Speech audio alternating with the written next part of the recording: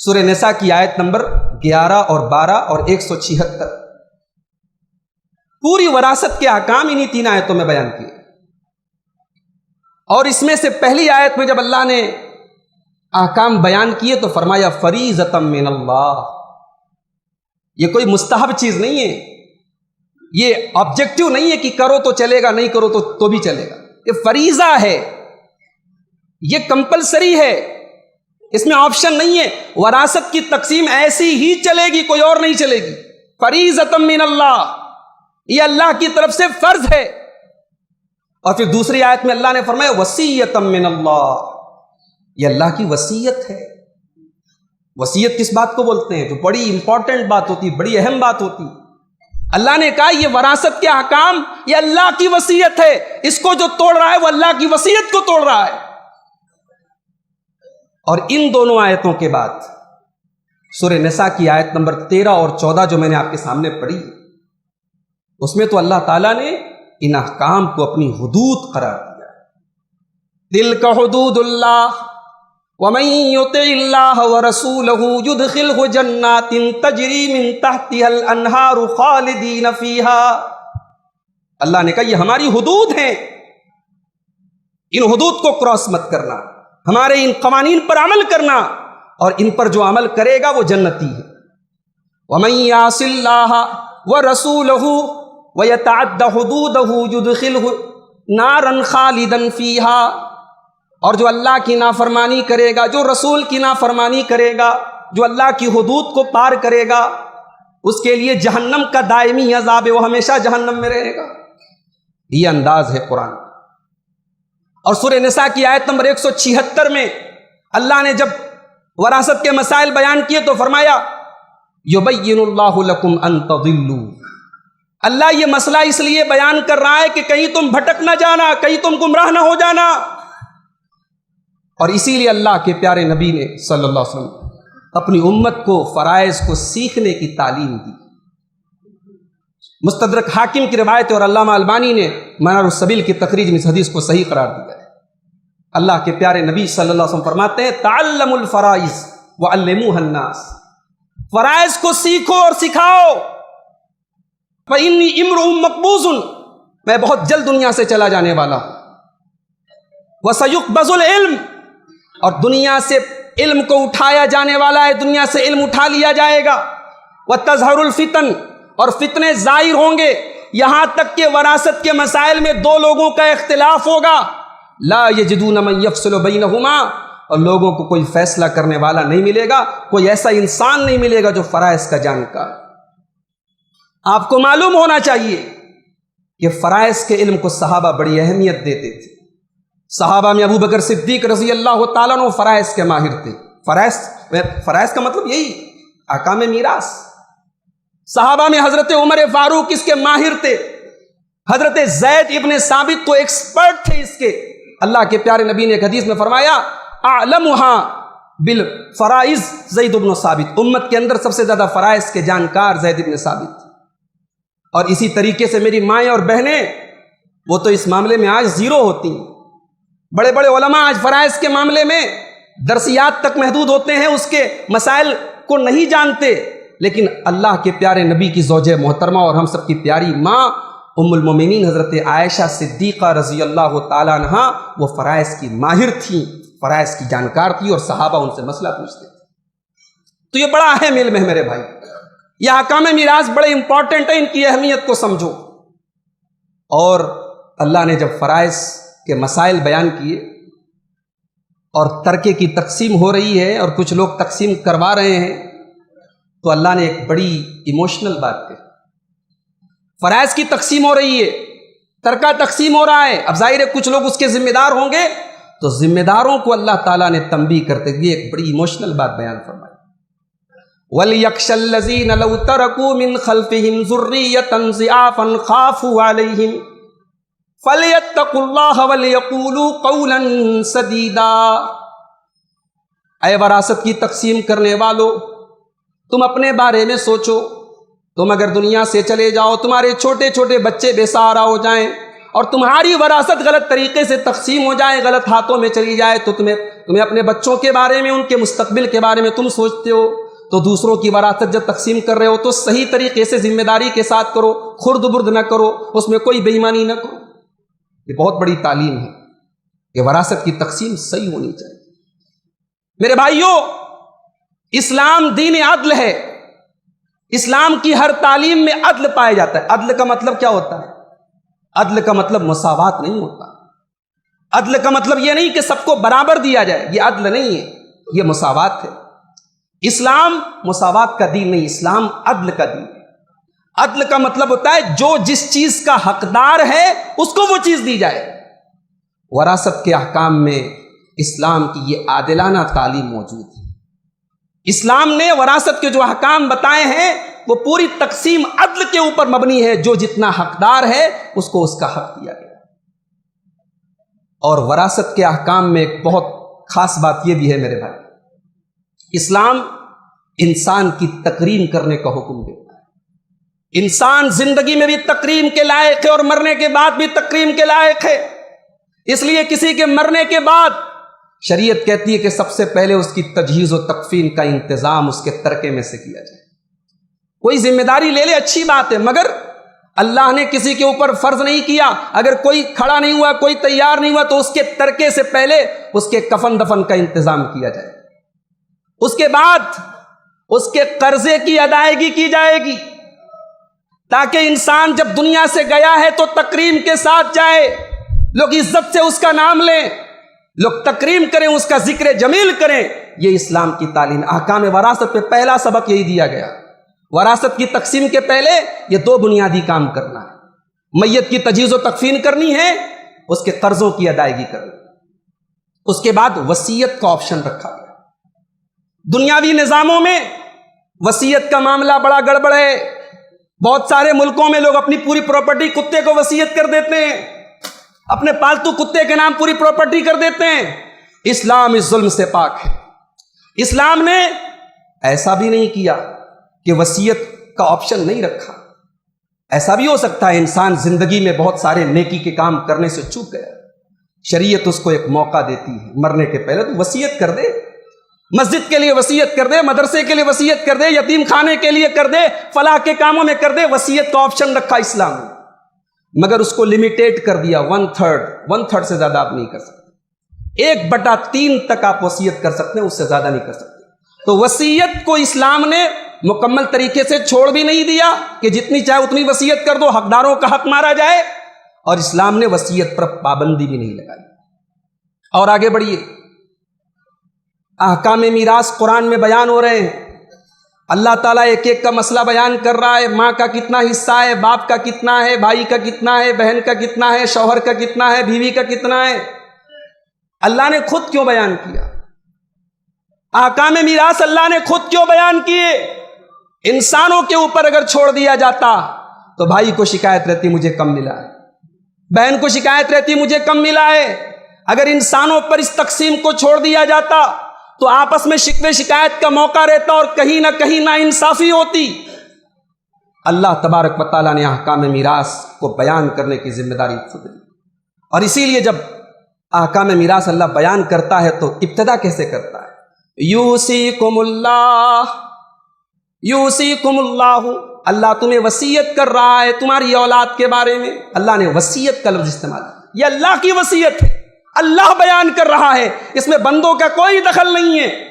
وراثت کے تمام احکام منزل من اللہ ہیں، اللہ نے بیان کیا ہے، اس میں انسان کی عقل کا کوئی دخل نہیں۔ اگر عقل کی بنیاد پر رکھا گیا ہوتا تو نا انصافی ہوتی، شکوے شکایت ہوتی۔ اور جانتے ہو وراثت کی بنیاد ہے رحم کے اوپر، رشتہ داری کے اوپر۔ بھئی کوئی میرا بیٹا ہے، کوئی میرا بھائی ہے، کوئی میرا باپ ہے، کوئی میرا دادا ہے، یہ رشتے ہیں، وراثت کی بنیاد ان کے اوپر۔ اسلام نے جب وراثت کی بنیاد رحم کے اوپر رکھی، اور رحم یہ کوئی انسان کے اختیار کی چیز نہیں ہے، یہ اللہ کی طرف سے، یہ رشتہ داریاں اللہ کی طرف سے ہیں۔ تو جب رحم اللہ کی طرف سے ہے تو کامن سینس یہی کہتا ہے، عقل یہی کہتی ہے کہ جب رشتہ داریاں اللہ کی طرف سے ہیں تو وراثت کے احکام بھی اللہ ہی کی طرف سے ہونے چاہیے۔ اسی لیے وراثت کے سارے احکام اللہ نے خود بیان۔ اور ایک بات میں آپ کو بتاؤں، یہ وراثت کے جو احکام ہیں یہ بہت بڑا معجزہ ہے، یہ بہت بڑا عقلی اور علمی معجزہ ہے۔ دنیا کے بڑے بڑے میتھمیٹکس کے ماہرین اور دنیا کے بڑے بڑے حساب کے جاننے والے کوئی ایسا علم نہیں بنا سکتے، کوئی ایسی چیز نہیں بنا سکتے کہ وراثت کے سارے مسئلوں پر وہ فٹ آ جائے۔ آج کی بات میں کر رہا ہوں، جب دنیا بہت ترقی کر گئی ہے، نالج اور وژڈم کا دائرہ بہت وسیع ہو چکا ہے، آج کے دور میں بڑے بڑے انسانوں کے لیے پاسبل نہیں ہے، ممکن نہیں ہے کہ کوئی ایسا علم بنا دے کہ جس میں وراثت کے تمام احکام اس پر اپلائی ہو جائیں۔ عرب کے ماحول میں، مکہ شہر میں، جہاں حساب کے جاننے والے انگلیوں پر گنے جا سکتے تھے، اس عرب کے ماحول میں، اس مکہ شہر میں ایک نبی امی جناب محمد الرسول اللہ فداہ ابی و امی صلی اللہ علیہ وسلم، آپ نے دنیا کو فرائض کی احکام دی، اور ایسا آپ نے علم دیا کہ وراثت کا کوئی بھی مسئلہ آپ لے آؤ، انہی 3 آیتوں کے ارد گرد گھومے گا۔ ترکے کی تقسیم کی کوئی بھی صورت لاؤ، قرآن و حدیث میں اس کا حل آپ کو ملے گا۔ یہ علم بتا رہا ہے کہ محمد عربی نے یہ بات اپنی طرف سے نہیں پیش کی، علام الغیوب کی طرف سے پیش کی، یہ خالق کائنات کی طرف سے پیش کی، یہ اللہ کا علم ہے، یہ اللہ کی طرف سے نازل کردہ علم ہے۔ یہ بہت بڑا عقلی اور علمی معجزہ ہے میرے پیارے بھائیوں کائنات کے۔ آپ دور جاہلیت کے ذرا حالات دیکھیں، باپ مر گیا، بڑا بیٹا ساری پراپرٹی پر قابض ہو گیا، کسی نے کسی کو گود لے لیا، اب گود لیا ہوا بیٹا، متبنہ بیٹا، اس کا اپنا بیٹا مانا جاتا ہے، اس کی پراپرٹی کا وارث ہوتا ہے۔ کہیں بڑا بیٹا وارث ہو رہا ہے، کہیں گود لیا ہوا شخص پراپرٹی کا مالک بن رہا ہے، کہیں پر طاقت کے بل پر جس کے پاس سب سے زیادہ طاقتور ہے وہ وارث بن رہا ہے۔ عورتوں کو کچھ نہیں دیا جا رہا ہے، بچوں کو کچھ نہیں دیا جا رہا ہے کہ بھئی یہ لڑ نہیں سکتے، جو لڑے گا، جو قبیلے کا دفاع کرے گا، جو خاندان کا ڈیفنس کرے گا، وہ وارث بنے گا۔ حضرت سعد بن ربیع انصاری رضی اللہ تعالیٰ عنہ کا انتقال ہوتا ہے۔ کئی بیٹیوں کے باپ تھے، انتقال کے بعد ان کی پراپرٹی پر ان کا بھائی قابض ہو گیا۔ ان کی بیوہ اللہ کے پیارے حبیب کے پاس آتی ہیں، بخاری اور مسلم کی روایت ہے، یا رسول اللہ یہ میری چھوٹی چھوٹی بچیاں ہیں، باپ کا ترکہ، ان کا چچا قابض ہو گیا ہے ان کے اوپر، ان یتیم بچیوں کی شادی کیسے ہوگی یا رسول اللہ؟ اس کے لیے مال چاہیے۔ اللہ کے پیارے حبیب نے فرمایا مجھے امید ہے لعل اللہ یقضی بینہم، مجھے امید ہے کہ اللہ تعالیٰ اس کا فیصلہ ضرور کرے گا۔ اور اسی کے بعد آیت مواریث اترتی ہے، میراث کے متعلق آیتیں اترتی۔ کتنا ظلم ہو رہا تھا اس سماج میں میرے بھائیوں، کہیں بچوں پر ظلم ہو رہا ہے، کہیں عورتوں پر ظلم ہو رہا ہے۔ میراث کے ان احکام نے ظلم و تعدی کو روکا ہے۔ وہ عورت جو کبھی کھڑی ہو کر کے یہ نہیں کہہ سکتی تھی کہ میرا بھی حق ہے میرے باپ کی پراپرٹی میں، قرآن کریم نے اعلان کیا للرجال نصیب مما ترک الوالدان والاقربون وللنساء نصیب مما ترک الوالدان والاقربون مما قل منه او کثر نصیبا مفروضا۔ اللہ نے کہا جیسے مردوں کے لیے حصہ ہے ان کے باپ، ان کے والدین کے ترکے میں، ان کے رشتہ داروں کے ترکے، اسی طریقے سے عورتوں کے لیے کم ہے زیادہ ہے، کہیں کم ہے کہیں زیادہ ہے، نصیبا مفروضا، یہ اللہ کی طرف سے یہ حصہ مقرر کیا۔ یہ کتنے بڑے ظلم کو اسلام نے روکا۔ باپ مر گیا، بیٹا ابھی ماں کے پیٹ میں ہے، حمل میں ہے، شریعت کہتی ہے جتنا بڑا بیٹا اس پراپرٹی کا وارث ہے اتنا ہی حمل میں موجود وہ بچہ بھی وارث ہے۔ یہ اسلام کا عدل نہیں تو کیا ہے میرے بھائیوں؟ اسلام نے وراثت کی تقسیم عمر کے اعتبار سے نہیں رکھی، طاقت کے اعتبار سے نہیں رکھی، بلکہ رشتہ داری اور قرابت کے اعتبار سے رکھی۔ اور اسی لیے جب اللہ نے وراثت کے مسائل بیان کیے تو فرمایا آباؤکم وابناؤکم لا تدرون ایہم اقرب لکم نفعا، تم نہیں جانتے کہ تمہارے باپ دادوں سے تمہیں زیادہ فائدہ پہنچ رہا ہے یا تمہاری اولاد سے تمہیں زیادہ فائدہ پہنچ رہا ہے۔ کون کس کو زیادہ فائدہ پہنچا رہا ہے یہ اللہ جانتا ہے، اس لیے اللہ نے جس کا جو حصہ مقرر کیا ہے اس کو وہی حصہ ملے۔ اسلامی نظام وراثت کا بہت بڑی خصوصیت یہ بھی ہے میرے بھائیوں کہ اس میں نہ تو اشتراکیت ہے، کمیونزم ہے، اس میں ایسا بھی نہیں ہے کہ مال جس کا ہے بیچارہ وہ اپنے مال کا مالک نہیں ہے، اس میں اشتراکیت کا ظلم بھی نہیں ہے، اور اس میں کیپٹلزم بھی نہیں ہے، اس میں سرمایہ دارانہ نظام کا ظلم بھی نہیں ہے کہ دولت چند ہاتھوں میں گھومتی رہے۔ اسلام نے جو معیشت کا، جو اکنامیکل ویو ہے اسلام کا، جو معاشی نظریہ ہے اسلام کا، وہ یہ ہے کہ دولت کی صحیح تقسیم ہو، دولت چند ہاتھوں میں نہ رہے۔ اسی لیے قرآن کے 28ویں پارے میں اللہ نے فرمایا، جب مال فے کا ذکر کیا اللہ نے کیا فرمایا؟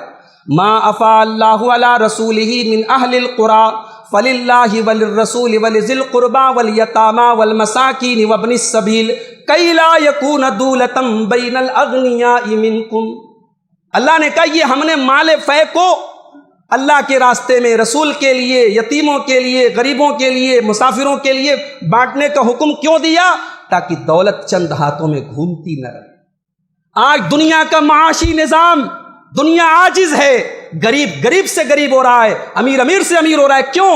کیونکہ کیپٹلزم پر دنیا چل رہی ہے، سرمایہ دارانہ نظام کو پروموٹ کیا جا رہا ہے۔ اسلام نے نہ تو کمیونزم کو پروموٹ کیا، نہ کیپٹلزم کو پروموٹ کیا۔ اسلام نے ایک ایسا اکنامیکل ویو دیا، ایک ایسا معاشی نظام دیا جس میں غریب کی غربت کا بھی خیال رکھا جائے، اور امیر کی دولت کا مالک وہ رہے، اس کی دولت کا اختیار اس سے نہ چھینا جائے، اور وراثت کے احکام میں بھی اس بات کا لحاظ رکھا گیا۔ دولت آپ کی ہے، آپ ہی مالک ہیں، مگر ہاں مرنے کے بعد آپ کی دولت کی وراثت کی تقسیم ویسے ہی ہوگی جیسے اللہ تبارک و تعالیٰ نے بیان کیا۔ تو یہ اسلام کی تعلیم ہے میرے بھائی۔ اسلامی نظام وراثت میں ایک اور اہم بات یہ ہے میرے پیارے ساتھی، کہ اسلامی نظام وراثت میں تمام حقداروں کو ان کا حق دیا جا رہا ہے۔ کوئی یہ نہیں کہہ سکتا کہ میرا حق مارا جا رہا ہے۔ آج دنیا اعتراض کرتی ہے کہ اسلام میں کیوں عورت کا حصہ کم رکھا گیا، کیوں للذکر مثل حظ الانثیین کا اصول رکھا گیا۔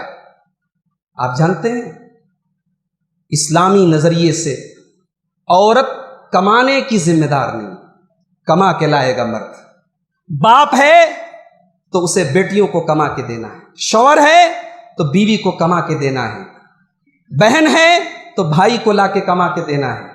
عورت ہر اعتبار سے آرام سے ہے، سکون سے، اسے کمانے کے جھنجٹ سے آزاد رکھا گیا، ذمہ داریوں کا سارا بوجھ مرد کے اوپر ڈالا۔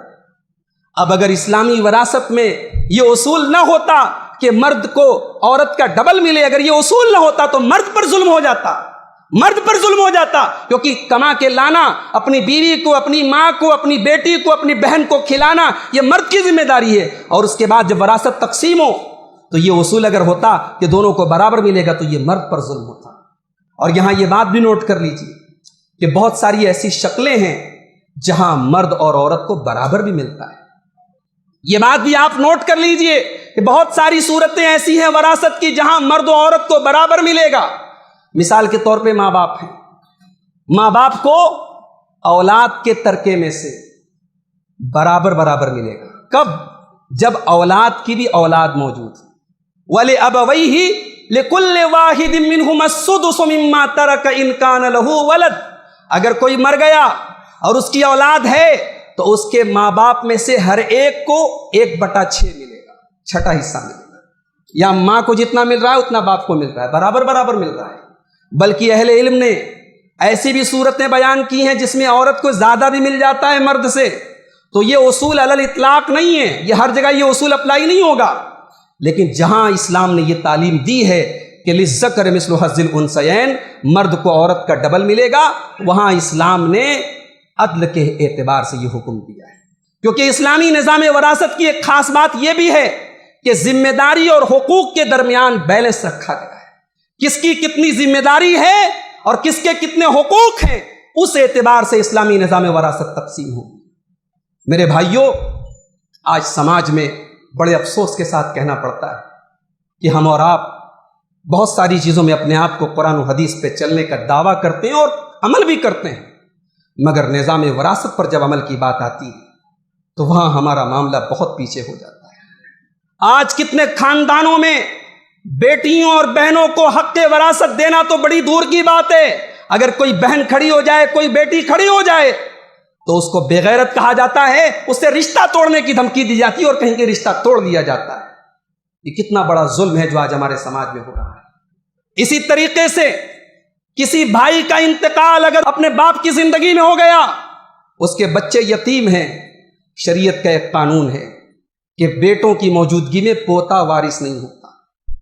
مجھے بڑی معذرت کے ساتھ کہنے دیجیے، یہ شریعت کا اصول ہے، مگر ہم اور آپ شریعت کو کہیں کہیں اپنے مفاد کے لیے استعمال کرتے ہیں۔ وہ چچا جس نے کبھی شریعت پر عمل نہیں کیا ہوگا، اپنے یتیم بچوں کا حق مارنے کے لیے وہ فوراً شریعت کا حوالہ دیتا ہے اور ساری پراپرٹی پر خود قابض ہو جاتا ہے، جبکہ ہم جانتے ہیں کہ ہمارے یہاں مشترکہ خاندانی نظام ہے، بھائی لوگ باپ کی زندگی میں مل کے کام کر رہے ہیں، سارا مالک باپ ہے، اور اسی دوران اگر کسی بیٹے کا انتقال ہو جائے اس کے یتیم بچوں کو پھوٹی کوڑی نہیں ملتی۔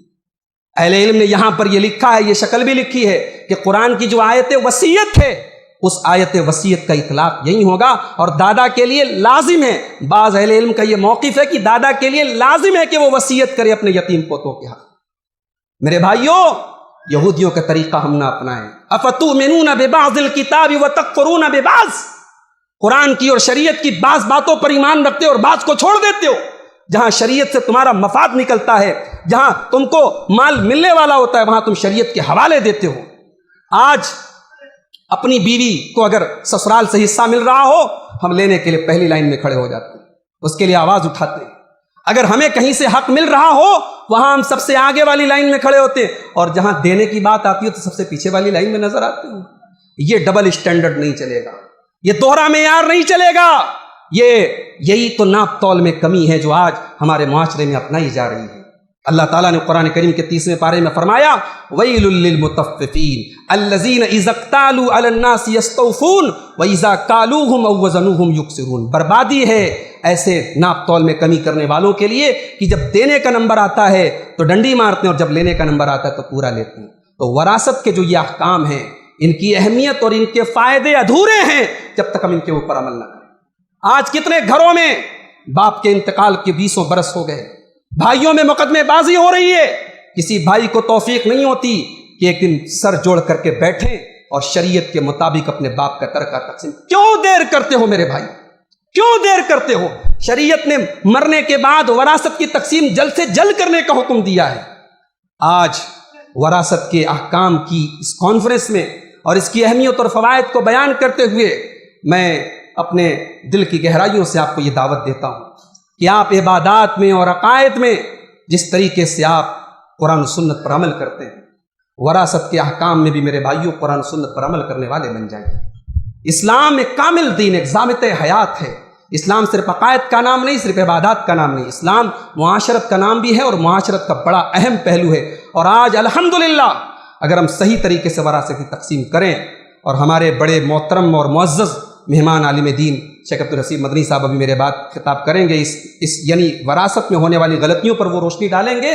ہمیں اور آپ کو یہ چاہیے کہ ہم اپنے یہاں صرف سن کر کے چلے نہ جائیں، ہم کم سے کم اپنے گھر کو درست کر لیں، ہم اپنے گھر والوں کو وصیت کر دیں کہ ہماری وراثت صحیح طریقے سے تقسیم، ہم اپنی بیٹیوں کو اور اپنی بہنوں کو دینے کا گٹس اپنے اندر پیدا کریں۔ انشاءاللہ اگر اتنا کام ہم کر لیں، میں سمجھتا ہوں کہ IIC کے ذمہ داروں کی یہ محنت انشاءاللہ کامیاب ہو جائے۔ میں اللہ سے دعا کرتا ہوں رب العالمین ہم سب کو احکام وراثت کے سلسلے میں صحیح جو طریقہ ہے، قرآن سنت کا طریقہ ہے، اس کو اپنانے کی توفیق عطا فرمائے۔ رب العالمین ہمیں شریعت کے ہر حکم پر عمل کرنے کی توفیق عطا فرمائے۔ رب العالمین ہمارے اندر جو کوتاہیاں اور کمیاں ہیں ان کو دور کرنے کی اور اپنی اصلاح کرنے کی ہم سب کو توفیق عطا فرمائے۔ آمین۔ وآخر دعوانا الحمدللہ۔